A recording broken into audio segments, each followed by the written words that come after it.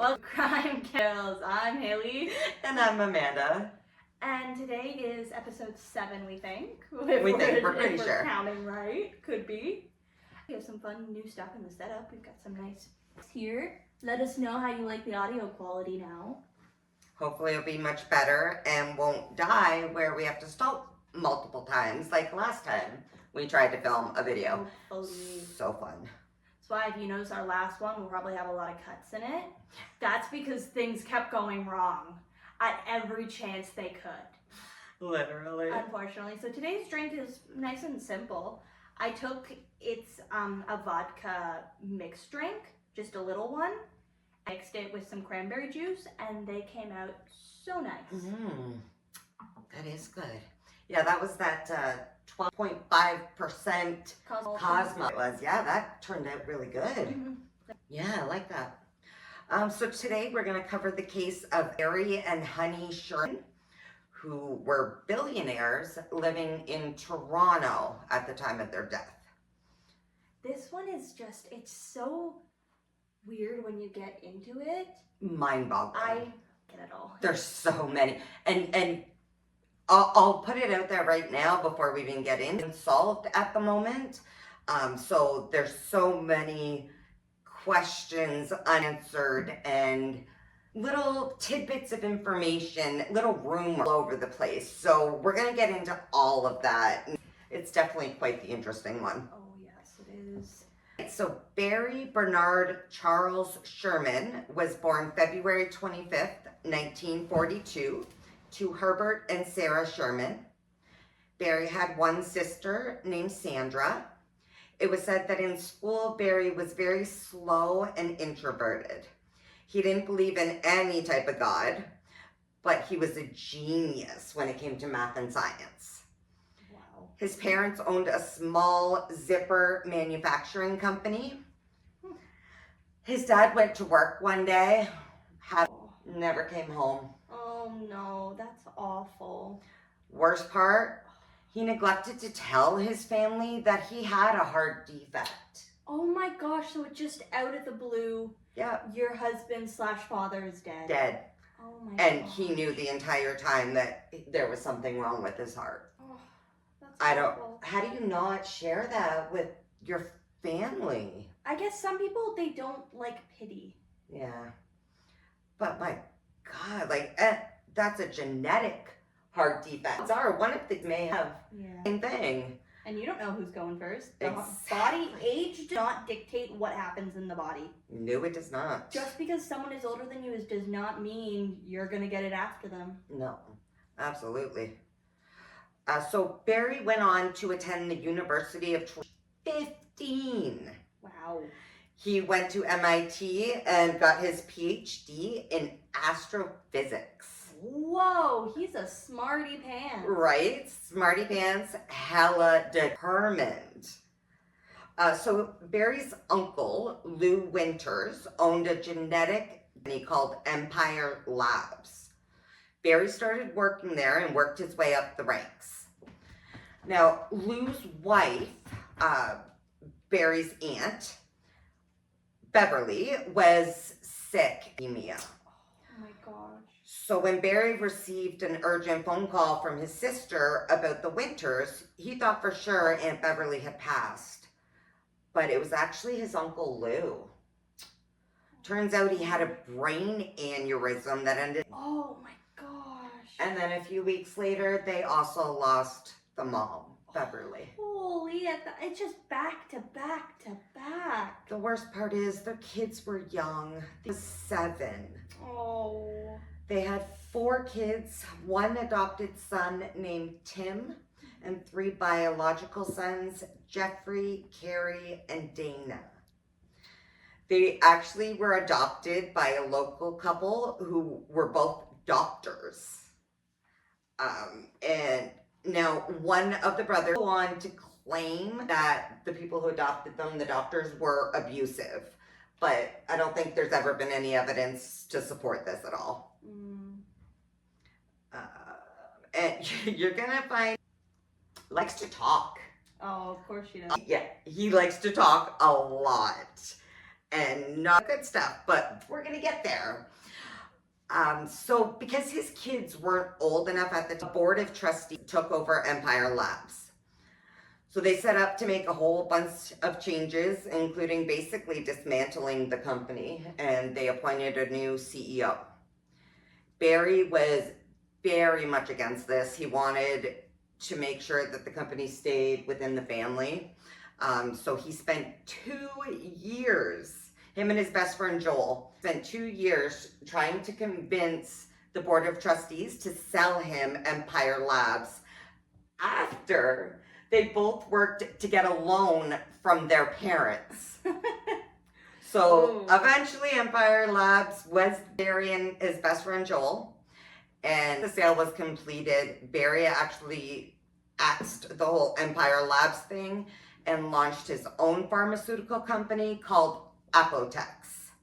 Ooh, fancy name. Right? Apotex is currently the largest pharmaceutical company in all of Canada. Wow. It was founded by Barry, and its revenue is roughly $1.6 billion a year. Money, honey. Yup. Wow. Yep.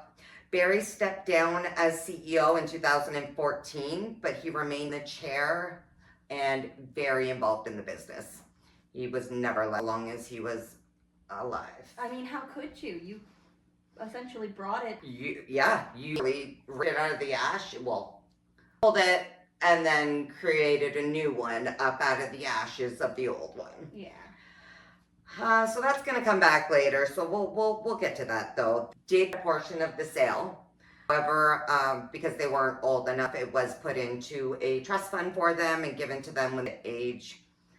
However, all 4 of the kids felt that the only reason Barry did this was to cut them out.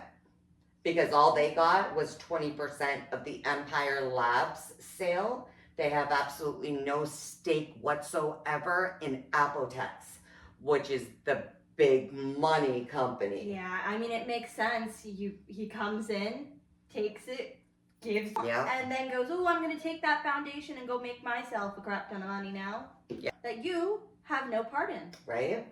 Okay, now, it was said that Barry was actually incredibly generous when it came to the Winter Cousins and had given them approximately $15 million in total over the years. God damn. He would constantly fund any of their crazy business ideas, even going against Honey's wishes. Really? Honey would flat out say, Barry, don't do this. And he would do it anyways because he wanted to make sure his cousins were good. And he tried to do everything he could to set them up for success. Yeah. Just not the same success as him. A different, I get it. That's his, Apotex is his baby. Mm-hmm. Something that you are passionate in, and you don't really want to split that. You have your foot in the door. You don't want to get out.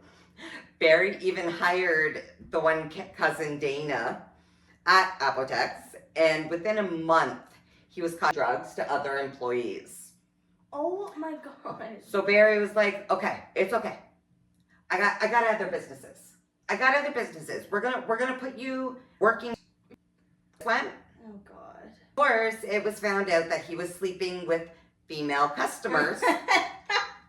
And obviously Barry had to fire him from there. Barry also covered his $20,000 trips. Each time they went into rehab, he covered the cost and only the best for his cousins. So he's just an all-around good dude. Right?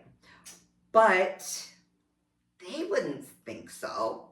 They were constantly asking him for money, but at the same time had this unrelenting hatred for him. Hmm. Absolutely hated the man.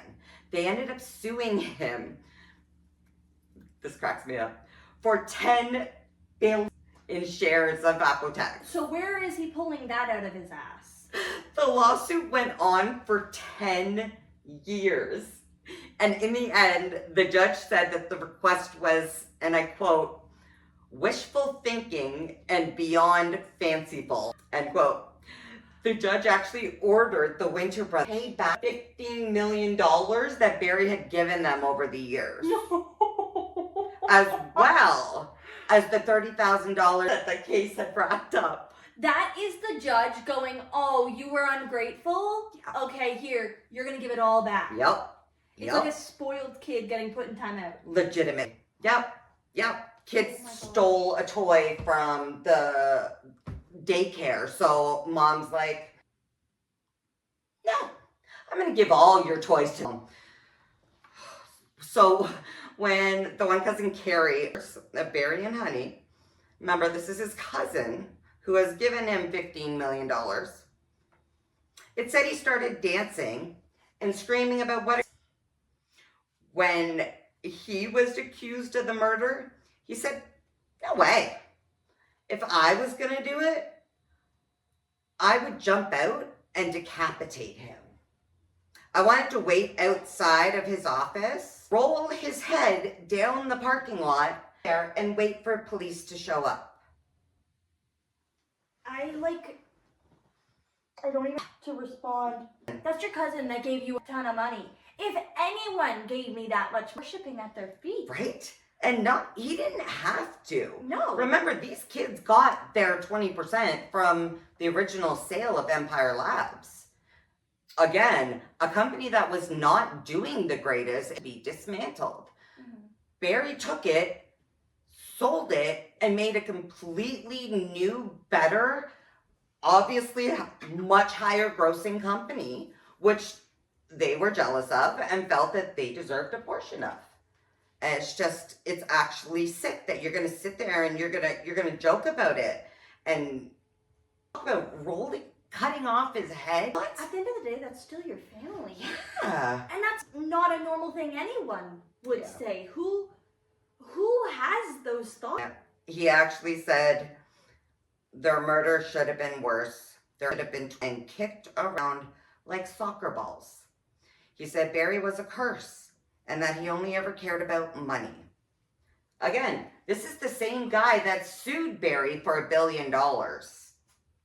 Same guy. Calling the kettle black much? I don't even have words to say. How psychotic are you? Right? Even if he was the one to kill Barry, not locking this guy up in a 48-hour hold to evaluate him? I promise we are going to come back to Carrie, but the last thing I'll say about him for now is rumor has it that the rest of the family used to call Carrie and the others the winter orphans.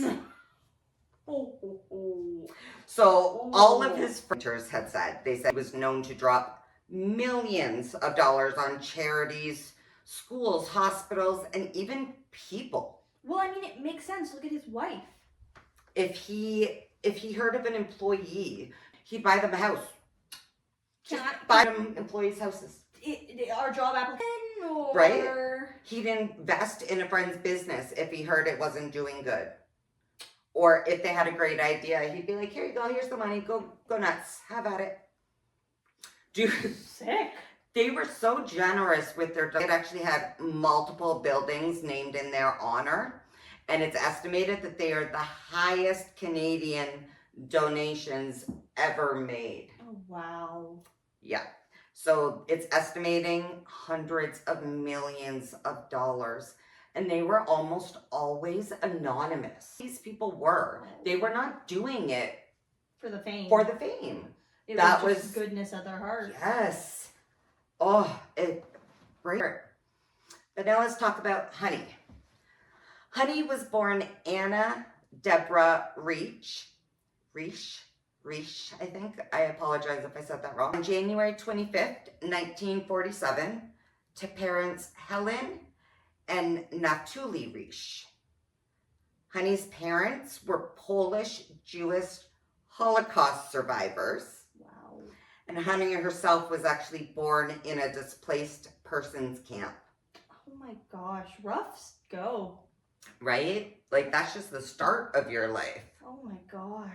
She had a sister named Mary, and she named Honey because she said that she wanted to live a life as sweet as honey. Aww. Right? That is so sweet. So she ended up meeting Barry in the early 70s. Back in 1971, they were married. They had 4 children, 1 son named Jonathan, and 3 girls, Lauren, Alexandra, and Kaylin. Now, Lauren, the oldest, is the only shares DNA with both mom and dad.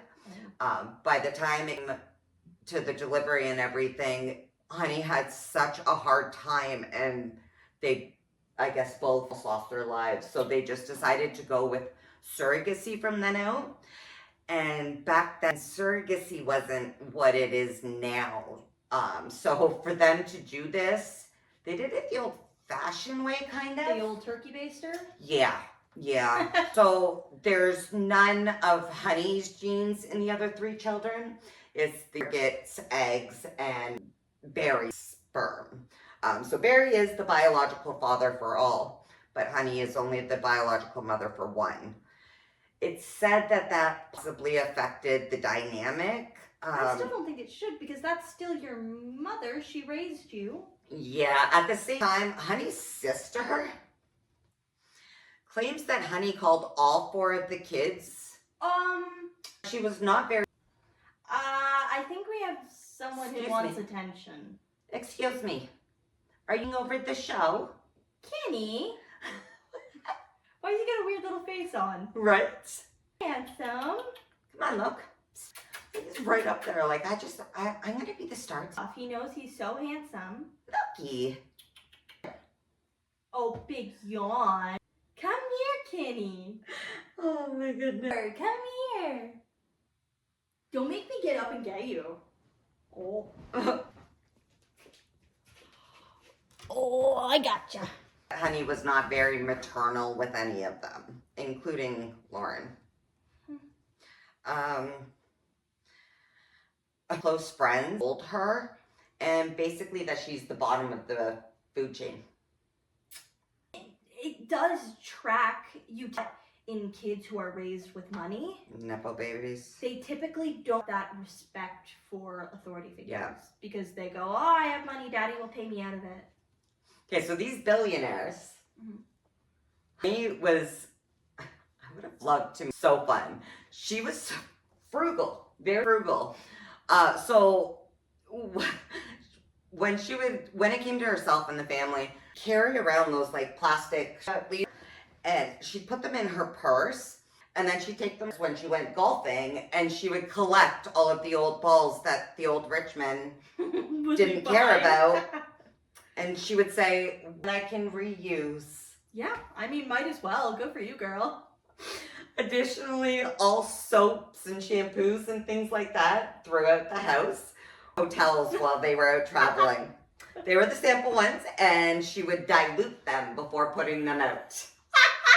She's very, very frugal. That's even better. You're not just using hotel. Right. You're diluting it. Their clothes were usually cheap. Costco, warehouses, Walmart, stuff like that, thrift stores. As well, it's cheaper. I know they have the millionaires, but still, why not save it? Even the belts were found with, the day that they were found, were purchased from a secondhand 2 for $10. Oh my gosh. Tags and everything? Yes. Now, previous and treat them well. Oh. It said that she'd pay them a penny, but expect them to work for $1. You're only paying a penny, but work done. Oh. It actually earned her the nickname 1 Cent Honey. It was even said that she obsessed about the toilet paper usage in the house. Oh. It's truly baffling. Like, you got to remember, again, these are billionaires. So they would wear secondhand clothes or Walmart clothes or stuff like that. Now, she would go shopping. Her closet loaded with designer stuff. Okay, so she just had an interest. Loaded. Yeah, she would never wear or use any of it. It always stayed in the closet. It was just for her to enjoy, look at when she wanted to. I get it. Like, I do that. I collect stuff just to look at. That's amazing. Yeah. I mean, it makes sense. If you are so frugal shampoo and conditioner, Yeah. I feel it makes sense that you're not going to want to wear that money that you're spending egregious amounts on. You don't want to put it in a glass box and look at it. Exactly. And I guess they both grew up semi-poor, so they were used to being frugal their whole lives. So it's just something that they continue to do. I mean, that's how you're raised. You carry it with you. And instead, when their money would come in, they would pull instead. Now, friends also said that Honey was really... she would even order food for them when they went out to restaurants. So would come and be like, can I take your order? And Honey's like, no, this is what she's going to have, this is what she's going to have, and her. But they loved her. She knows best. She would also keep Lauren's birthday gifts at her time because she didn't want to spoil her too much on her birthday. So that one baffles me. Give it to her throughout the day. Right. So, hey, you can open one when you wake up, blah, blah, blah, blah, blah, as you go throughout the day. Yep. Not, hey, guess what? You don't get to open these gifts ever. No. I'm going to keep... That's okay. Additionally, they always flew domestic for North American flights to the point where they would walk past colleagues who work for them at Apotex about how they wish they could afford first-class seats. The billionaires. Let me see your finances right now. I would love to be a fly on the wall as their finances. She was incredibly generous with both her friends and her sister. Okay. So while she was a bit controlling, I guess she was also quite generous. So I guess if she'd order their meals, she'd also pay for it. So she seems like she was a really fun girl. I really wish I could have got to meet her. Mm-hmm. She sounds so interesting. Now, there were rumors that she did not accept their son, Jonathan, because he was gay. So, weird thing is, she actually had no issues with gay people. Gary's best friend, the one who helped him fund Apotex, he actually was married with kids when he came out as gay. Oh, wow. And the first phone call he made after doing so was to Barry. Huh. And Honey was right there supporting him the entire time. Okay. So it's not that she was against being gay, but the rumor was she just didn't accept it for him. But sometimes that is what people do. It's okay if other people do it, but once it's in their own space, it's wrong. Yeah. What do you mean? I'm not going to have grandchildren. And no, I get it. It's I couldn't imagine being like her, but I can play devil's advocate and see the logic. How, I guess, justifying it. Yeah. So it said Alexandra, or Alex, was her dad. She was very driven and determined.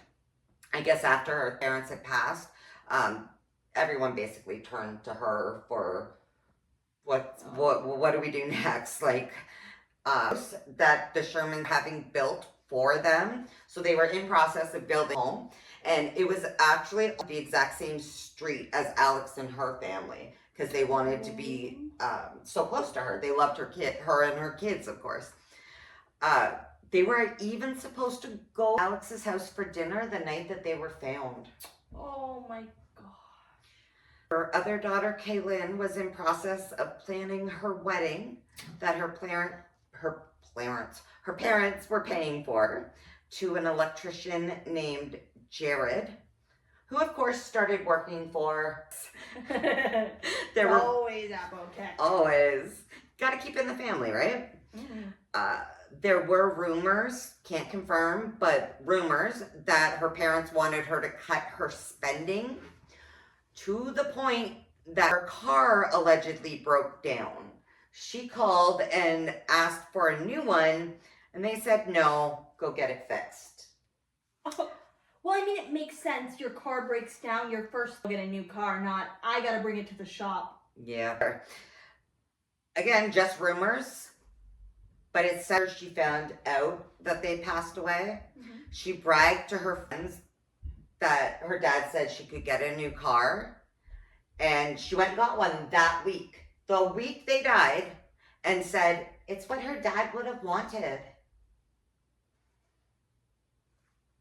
So you don't care about your parents at all? It's what her dad would have wanted.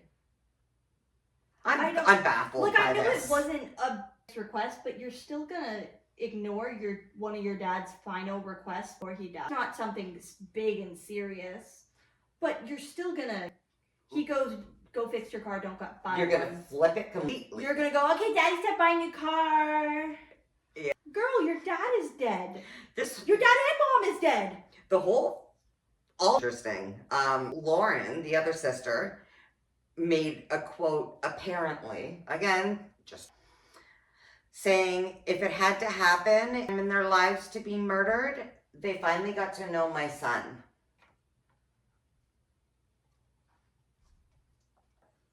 I could never fathom going, yeah, you know, it was a pretty good time for my mom to be murdered. It worked out perfectly. She got to meet my cat. Such a great time.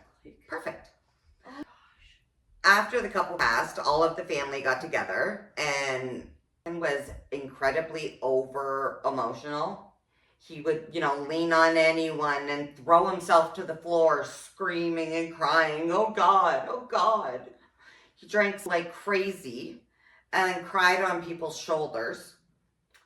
But later, when they called to check in on him, So he just wanted totally attention. fine. Ding, ding, ding. That's my guess. Yeah. Allegedly. Now, Honey and Barry were in the community, despite the fact that Barry was an atheist. He always supported what was important to Honey. What she wanted was what mattered to him.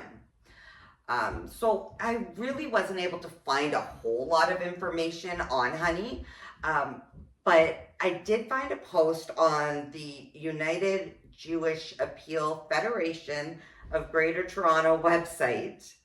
I found a post that was dedicated to them talking about their murder, and I read a very comment by someone who said that he was a good friend of the couple. His name was Mike, and Honey was like her name. She was involved all over the place, providing not just funds with Barry. No. Because I copied and pasted that in, but it doesn't make sense.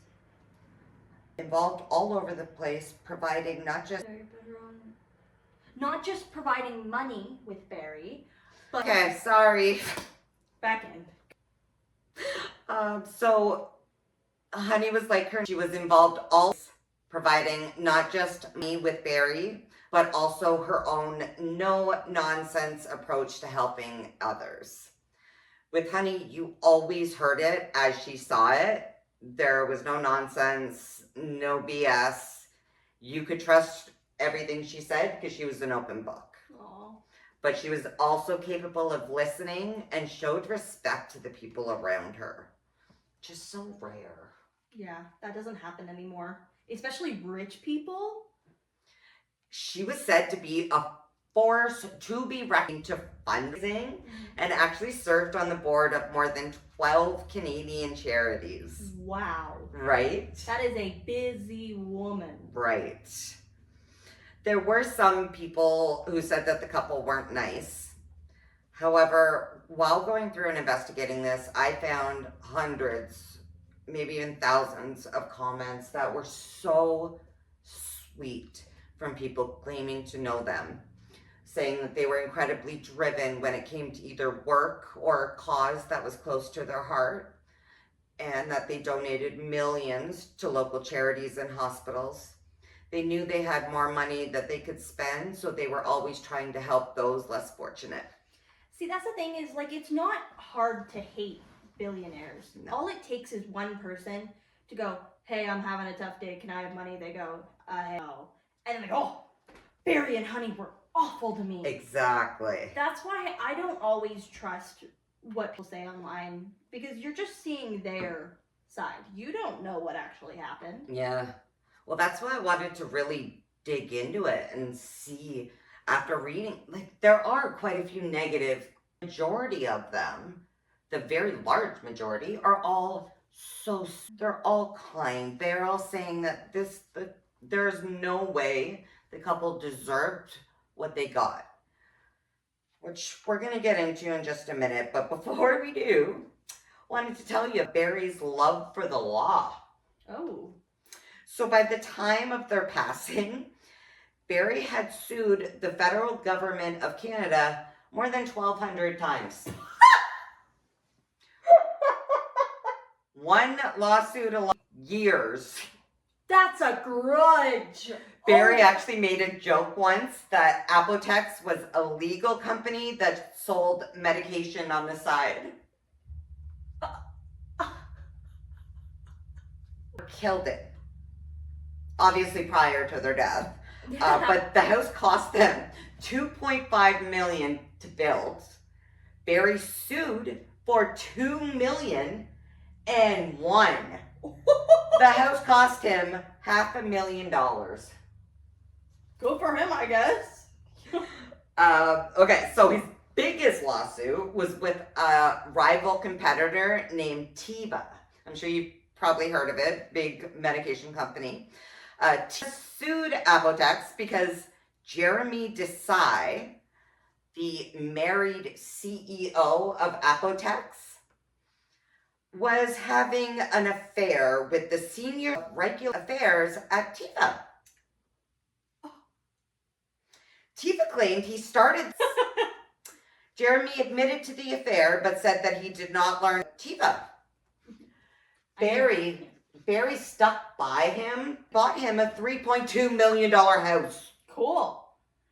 He said, big secrets, I just learned a lot about her. Yup. Like. Yup. So on December 15th, Barry and Honey were found dead in the basement of their home at 50 Old Colony Road. In the days leading up to the discovery of some odd behavior. Honey didn't attend a board meeting that she was, and now this was so out of character for her that immediately after, the CEO for that board emailed her to ask if she was okay. She replied back saying, quote, she's dealing with some stuff. Oh. End quote. So on that same day, which was December, they were seen in person at Apotex headquarters. They were meeting the builder of the new home that they were building over by Alex. That night, Barry only sent one email, and it was about a minor issue. People thought it was weird because he's a workaholic who does nothing but send emails all day and all night long. Now, when he didn't the next day, thought it a little bit odd, but Barry didn't have an assistant, a driver, security, anything. It was just him. So they thought, maybe he broke down, or maybe he forgot to tell us he wasn't coming in, or had a meeting somewhere else or something. So it wasn't really raised the alarm. That was until December 14th. December 14th, they did have important meetings scheduled for that day, including, like I said, at the daughter's house, but also a showing on their current home that they were selling. Oh. So the real estate agent on December 15th, using a key from the real estate lockbox, she showed the couple that she was with upstairs, and then headed for the basement to show them the pool area. They had a private indoor pool and hot tub. Now, throughout the Sherman house, there was quite a bit of arts, sculptures and things like that. When they went down to the pool area, it's a very clear area. Like, it's not you walk down the stairs and there's the pool. You gotta go like a hallway and stuff, so you can't see it right away. You've got to go down, turn on the lights, and then you see it. So when she turned on the lights, it looked like there were two statues sitting by the pool. And the people who were viewing the house actually commented about it. And the real estate agent was like, oh yeah, they've got, silly art thing. And then she ushered them outside as quick as possible because she knew there was never art. So once she got her client outside the house at the time, so there was the housekeeper as well as the gardener. And the housekeeper said that there were a few things that she found odd. Starting with when she first arrived, the Toronto Sun newspaper was still sitting at the front door. This was Barry's absolute favorite paper. It was always the very first thing he did in the morning. He'd grab it and start reading it. So on her way into the house, she noticed their personal trainer was on her way over into the house. So she waited for her. They went in together. While she unlocked the door, the alarm wasn't on for the house and said, well, if they're not home, the alarm should, if they're home, the alarm should be on. Even if they're not home, it should be on. They always arm it, whether they're home or not. Billionaires, Exactly. I would hope they arm it every time. Right. Especially in Toronto. So during this time, she also left a mechanic who went down to the basement to a utility room he was only down there for a few minutes and did something for the furnace and then left quickly. So he couldn't see the bodies. The utility room was nowhere near the pool. It scheduled him to arrive. There was nothing odd about this. So he was just quick visit. The housekeeper was looking for the couple because the trainer was there. She would have thought that maybe they left or something. The fact that the personal trainer was there made her think, okay, they have to be here. So she wandered around the house looking for them, couldn't find them. She looked in Honey's room, wasn't there. She also checked Barry's room. Honey and Barry did have separate rooms because of insomnia. Oh, God. And to the point that when he finally did sleep, his snoring would be so bad, Honey couldn't possibly sleep. You're a billionaire and you ain't got a CPAP machine? Right? Like what? Right? You're a billionaire. Go do some sleep study. They'll fix everything. Apparently he was not afraid that was going to be what killed him. It does. Anyways, so when she wasn't able to find him, she just figured tell her they were going out and they forgot to cancel the trainer. Again, they don't have an assistant or anything like that, so, it could happen. It's older couple in their 70s. Memory fades. You're bound to forget some things. It's not hard, especially when you're running a business and hundreds of charities and helping everyone in the world. It's not hard. Now, something that she also found very odd, and personally I would have been red flags going off, it was sitting on the floor in the powder room of the main floor of the house. So the housekeeper said that Honey she had never once in the entire time she's been working there ever seen Honey go into this bathroom. Weird. So the fact that her phone's there, not only there, but just sitting on the floor. Yeah, that's odd. Nobody's leaving their phone there unless something goes wrong. Yeah. She picked it up, put it on the counter, walked away. When the real estate, she did notice that there was an open window in the hobby room. However, the room had recently been painted, so the window may have been open to help air out the fumes, especially since they had a showing that day. Yeah, that would make sense. Yeah.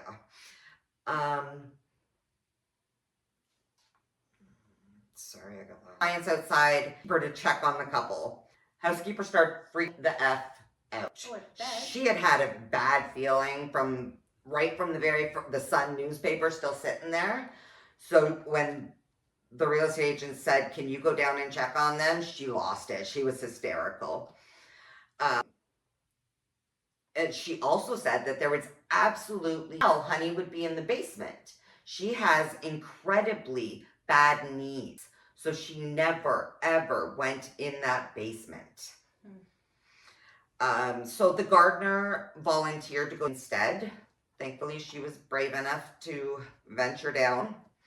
She went down there, and the couple immediately came back upstairs and said that They're dead and have been for a while. Oh my gosh. The agent immediately called Honey's sister and then hung up and called the police at 11:43 a.m. And she advised 911 that her clients were dead. So when they were located, because the belts that were tied around their neck were connected to a railing for the pool. So they were just kind of like, instead of lying down, they were suspended up by the neck. Such an awkward position. There was dried blood, and it looked like she had been hit. Barry had absolutely no injuries aside from the neck thing. And he was even still wearing his glasses, like completely undisturbed, like normal, everyday wearing glasses. That's so odd. Right? Why is Honey beat to crap, but Barry, you just plucked him off the couch? Totes fine. Totally fine. It's very confusing. That makes you wonder. That's the thing. They actually think it's the opposite. Really? So the other thing before we get there is both of their jackets were partially, so imagine you were taking you'll pull it up over your head and then it's kind of on your arms right here. That's basically the position that they were in. Weird. So yeah, their arms are their jacket like that. Position greatly restricted their ability to move. Initially, there was a thought that it was a murder-suicide because of the fact that Honey was so beat up and Barry was basically perfect. Yeah. It was ruled out within a few weeks, and all the kids were furious. They absolutely knew there was not a shot in hell Dad did this. They went on to sue the Toronto police as Star. Ooh. They were taking this shit serious. I bet. I mean, it makes sense. They're saying whatever they want about your mother and father. Yeah. Now, when the bodies were located, they had already been through this and it already passed. Yeah. Oh. So based on that, as well as livor mortis, the coroner deemed the time of death was approximately 30 hours before, which would put him at around 9 to 11 p.m. on the Wednesday evening. Oh my gosh. There were no drugs located anywhere in them, on them, anything like that. There was nothing stolen. Now, close friends said Honey was really tough and said if anybody in the marriage were to hurt her. And Haley smiles because we know exactly what this, because I've actually been in this situation. We have 2 huskies, and when they were puppies, they were like running around like crazy, took my feet out from under me, and I broke my arm. So of course I went to the hospital, and the whole time I'm there, they're asking me like 1,000 times what happened, and everybody I asks is writing it down, and I'm like, you guys think my husband did this, don't you? And they're like, little bit. And I'm like, no, promise, if anything, it'd be the other way around. I'm the crazy bitch in this relationship. It would not be him. So I family doctor that later, and he fully agreed. As soon as I said that they were questioning if he was the one who hurt me, he looked at me, he's like, they would have called me and I would have said, no, if anything, other way around. It's because everyone knows you're crazy. A little bit. But he married me knowing this. So who's the crazy one? Yeah, true that. So it was later determined that Honey was killed in a kitchen and then dragged to the basement, which mean the marks on her face. If she was dragged down the stairs, that's gonna obviously... See, that makes me wonder if she was in the bathroom, they blitz attacked her from behind with the belt, pulled, and just dragged. Because what's a 7-year-old girl gonna do being dragged by her neck? We're gonna come back to that in just a minute. But a very interesting fact is both Barry and Honey had marks on their wrists showing that they were zip tied together. Oh.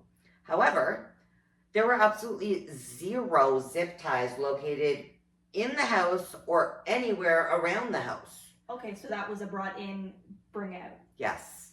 Nobody knows where they came from, how they got there, where they went, etc. There was one unlocked door on the main floor of the house. Oh.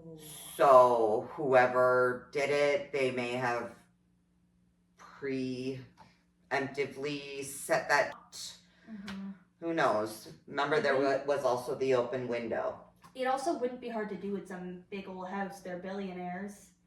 It wouldn't be hard to crack a window, crack a door. Now, the interesting thing about this, the police said that the killer must have been somebody that they knew because they knew their personal schedules. Oh. They were killed Wednesday night and had up on the docket until Friday. The killer knew the layout of the house and home, obviously. Yeah. Weirdest part, they had a security camera set up in the pool area. Okay, so it's right in the corner, looking down on the fucking pool area where their bodies found. Let me guess. Cut off? It was never connected. But they said if you were to just walk in and not know any better, fully think that you're being recorded. Okay, so that's someone who knows the house and them intimately. Very intimately. Yeah. Also, it seems like the way that their bodies goes, like he's lying with his foot kind of crossed over. Mm-hmm. So with the way they said was similar to some of the other statues that were in the house. Oh. So I thought maybe it was statues by the pool. Yeah, they think they were modeled after that. So Honey's sister, Mary, completely dependent on Honey and Barry for financing, for anything and everything. When she heard about the murders, she immediately boarded a private jet to take her from her Florida winter condo back to Toronto. Oh. Mary claims that she did they paid for everything for her. Okay, what's that independent work? You gonna share with the class or just gonna keep it to yourself? Nope, gets better. Rumors are that she found out her sister died. She went around telling everyone and anyone that her sister promised her $300 million. Where is that money? $300 million. Like, she ended up getting fucking tanked Toronto and told off Jack Kay, which was one of Barry's partners in Apotex. Oh. She ended up screaming at him and causing a huge scene. So the couple's 3-point evenly between the four Sherman children. None of them wanted anything to do with Apotex. Had that CEO drive, so they went on to sell it. And then they demolished the home that the parents were killed in and sold off the land. Oh my gosh. Additionally, both Jonathan and Alec are private security guards in fear that whoever took out their parents would come after them. I mean, it makes sense. You don't know their No. motives. You have no answers. No. There was a private funeral where 700 people were invited. And in these, the Prime Minister of Canada, Toronto. Who was it at that point? Who was it? Trudeau. Damn. All were personally invited to the ceremony and had security to ensure no one would get in without an invite. It's also claimed that Jonathan went to all of the security personnel and told them not to let in Barry's best friend, Frank D'Angelo. Oh. Yeah. There were so many people at this funeral that they had to have it in like an arena, and there were 6 jumbotrons set up just so everybody could see what was happening on the stage. Oh my gosh. It's a spectacle at that point. There's obviously rumors that people, Jonathan mainly, think Frank made murder. Mm-hmm. So the Sherman autopsy themselves, information. Oh. They found the parents did die of strangulation. However, the lines that were left over were a lot thinner than those of the belts that were found around their neck.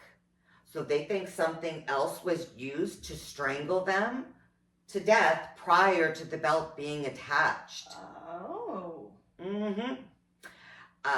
The belt that was around their necks, one of them, the belt Barry was actually wearing that day. Huh. And they confirmed that Barry would have been able to do this to himself in the position that he was in with low. the jacket. Your body wouldn't let you live. And it's a 70 some odd year old man. Like, come on. Mm-hmm. So this brings everybody to wonder what happened. What about Honey's phone? With it being found in the bathroom?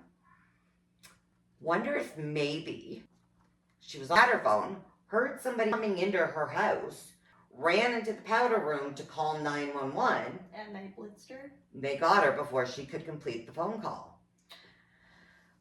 So it appeared that it was to look like a murder-suicide.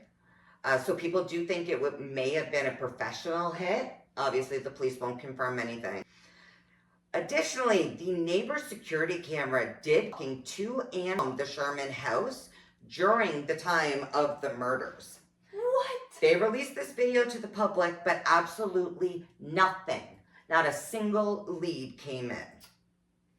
Now, there were multiple investigations, so I'm going to go over each one of those real quick, and then we can talk about it. So, first one, when police initially arrived on the scene, they separated the three women that were in the house, the housekeeper, gardener, etc. The housekeeper was so stressed and didn't know what to do, so she continued doing her job, cleaning. She mopped.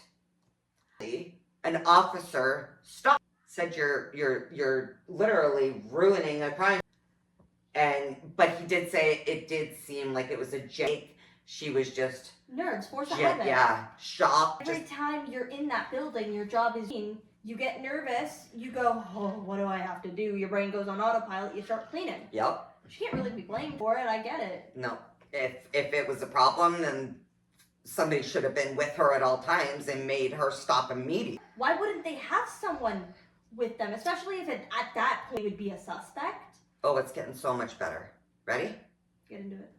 The police did not visit Apotex for 3 days. Huh? Even though it was the last place they were seen alive.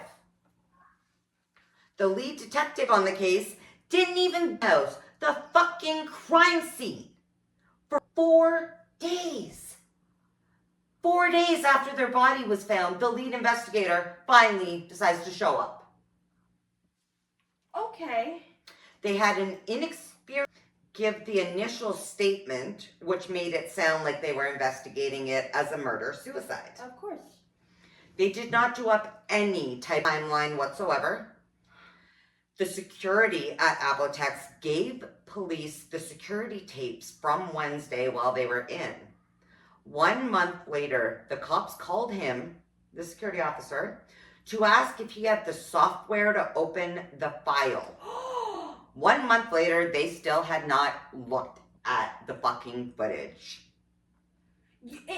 At least it makes you feel a little bit better. You think 1 billion death? Well, apparently they get treated the same as all of us. Oh, it's going to keep getting worse. There's still more. The lockbox for the realtor was not checked to see if a key was taken.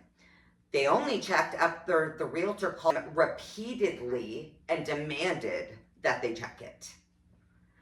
They didn't speak to important people at Apotex, such as the CEO. The one he, bought a $3.2 million house for. What? For a month. A month. I don't get it. Like, did they investigate anymore? They just want to hang out, have a good day? Let's go. People who had access to the house were not fingerprinted year. A neighbor told the police immediately that there was CCTV footage showing the house and that you could see someone coming and going on Thursday. That was when the original was killed on the Thursday. the neighbor even told the police, if you do not to automatically delete and record over. He had to call them multiple times before he finally convinced them to come over and actually look at the footage. That's crazy. 1 year later, there was a neighbor roughly 10 houses down from Barry and Honey. This one, So she said on Thursday after they were killed, so the day before they were found, an officer came to her door and asked if she called the police the day before. This lady, Honey was in her bathroom calling 911. The call connected, but it didn't remain on long enough for them to get her actual address. They just got the neighborhood. Oh. And because the call wasn't completed for them to even know that there was an attack, they just sent an officer the next day to do a general canvass to see if they could figure out who had called. Did not bother, doing welfare checks on all of the people in the community or anything like that. And it wouldn't be hard. You get an officer out there, go door to door. You could complete that in a day. Now, I will say, I don't want to give them credit in any way, shape, or form, but it's kind of really tiny part of me understand why. At the same time, there was a serial killer in Toronto. Oh, okay, I guess. Bruce, he was killing gay men all over downtown Toronto.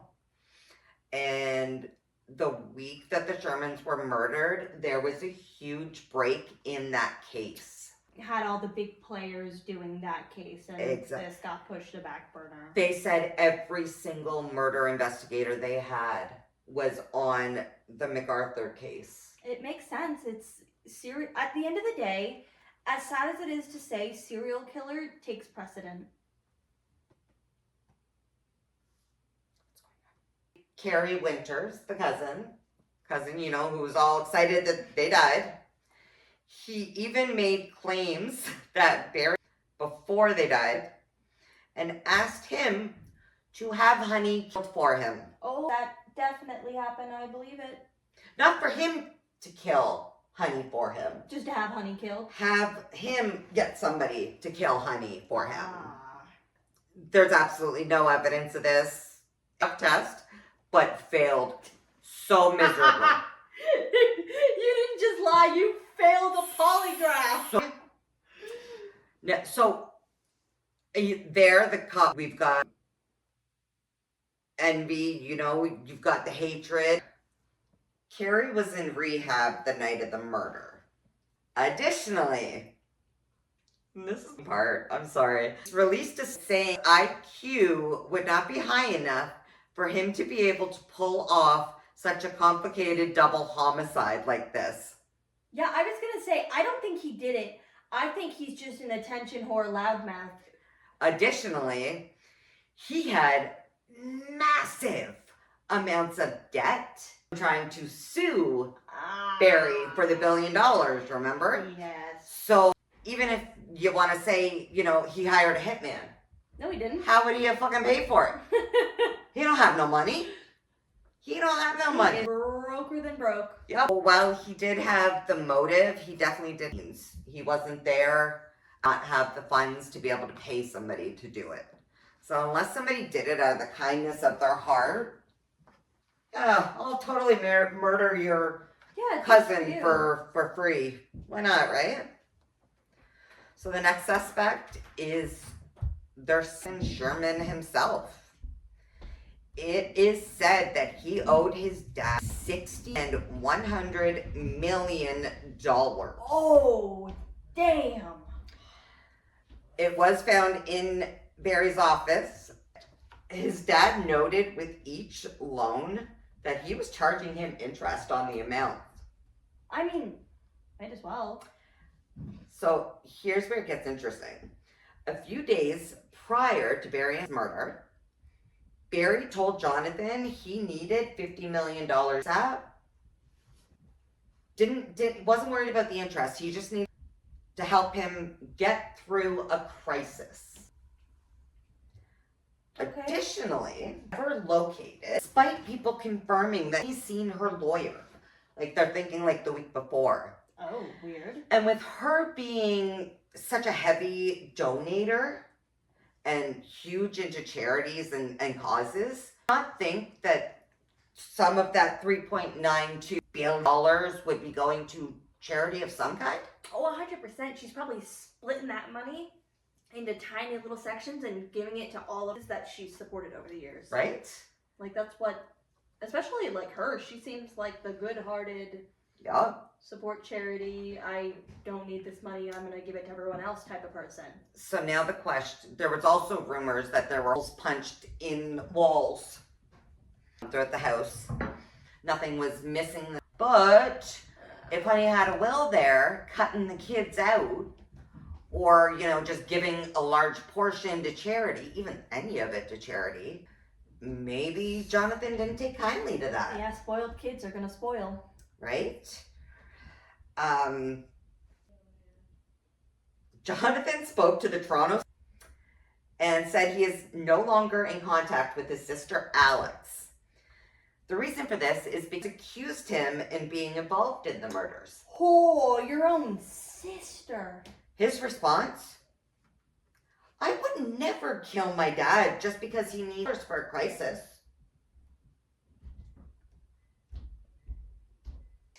That is your What? father and mother. What? Fathom. That's it, eh? Yeah. No, I love him. Me and my dad are so close. Yeah. Anything. Wouldn't do that for 50 mil. Come on. I know a lot of people that would do that for less than 50. It does not surprise me that someone would do it for 50 mil. Gets better. Because immediately afterwards, Jonathan emailed him fucking furious. Said he had loaned out other people money, them for the money back. Why is he going to his son first? He actually called him out for supporting his best friend, Frank. Remember Frank D'Angelo? The one who wasn't allowed at the funeral? Yeah. So Jonathan said that he called his dad out for constantly supporting him, even though his ideas keep failing. He was upset that he wanted the money from him, but yet Frank and all of his screw-ups could just continue going on and he didn't have to pay back a dime. At the state, and he said, quote, "Neither of you are like we are suffering now." I get he's referencing greed. They were, you're at the very least, Honey. Yep. Was up before her deaths. And they're dead. Yep. You get to live on and do what you want with your life. Your parents are dead. He even told the media that at that point all believed that he was involved. Well, I mean, if the shoe fits. Yep. The kids did additional investigations. No. Oh, increased the investigation. So when they hired their private investigators, Jonathan was all his idea. So he was the one who wanted it reinvestigated. Additionally, the reward was originally set for $10 million. He increased it. He gave an additional $25 million of his money and brought it up to $35 million for anybody who can bring the killers to justice. So if you got info, let him know. Call him up. 35 mil, dude. Do you think I should call him up and go, hey, so I know you did it. Yeah, right? Can I have the money? I win. All right, so third theory is Frank D'Angelo, the best friend.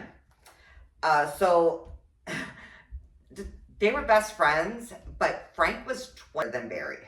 Okay. Barry funded basically every venture that Frank brought up to him, including starring and producing in films, right to manufacturing. I guess. You name it, he did it, and Barry supported it all. I mean, you got a rich best. It's estimated Okay, I see why the kid got so mad. Spent approximately $250 million and his ideas. He will assault. We're talking about Frank again. And when the judge ended the trial, he flat out said, quote, "You are probably guilty, but there's not enough evidence." So he was acquitted. Why would you? Yeah. Then now he doesn't have access to that because I doubt he's putting him in the will. That's not a kid. So remember how I said the house was demolished? Yep. People, neighbors and things, said the full. Like full. Furniture, photos, personal items, you name it.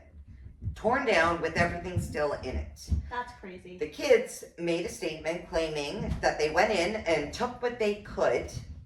However, an abandoned church in Toronto went into the house 2 days prior to it being demoed and said every single room was including family photos on the walls and notes Honey had written still on the fridge and stuff like that. Like it was, there was nothing taken. It was still fucking full. Okay, so those are people who just don't care. It was so bad. He posted the fucking, he posted it on Reddit with the photos of it. I'll include those. Within minutes, he had a cease and desist from the Sherman kids' lawyers advising he was legally required to remove every photo immediately. But no. I'll find them. I hope so. I guarantee you someone has it somewhere. The internet's a crazy place. So on December 14th, 2021, which is approximately 4 years after the murders, the police did release the video of that suspect walking to and from the house. All you can really tell is it appears to be a man, but really we just know it's a person. They're between 5'6" and 5'9". Experts have studied him and the way he walks, and his body language leads them to believe that he has years of military training. Oh. So this led some to come up with the theory that someone hired a previous military person to take them out and try to make it look like a murder-suicide.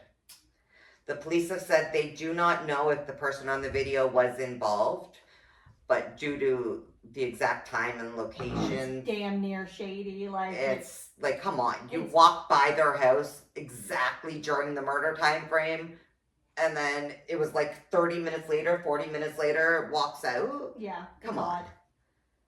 But yeah, that's where we're standing. The fact that they're billionaires, usually that means the case is solved within a week. Right?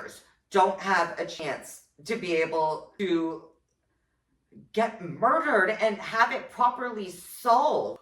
What fucking most of us have? It really puts. It's terrifying. Yeah. Yep. That it is. Well, we're done on that front. I think so. Well, today was a fun episode.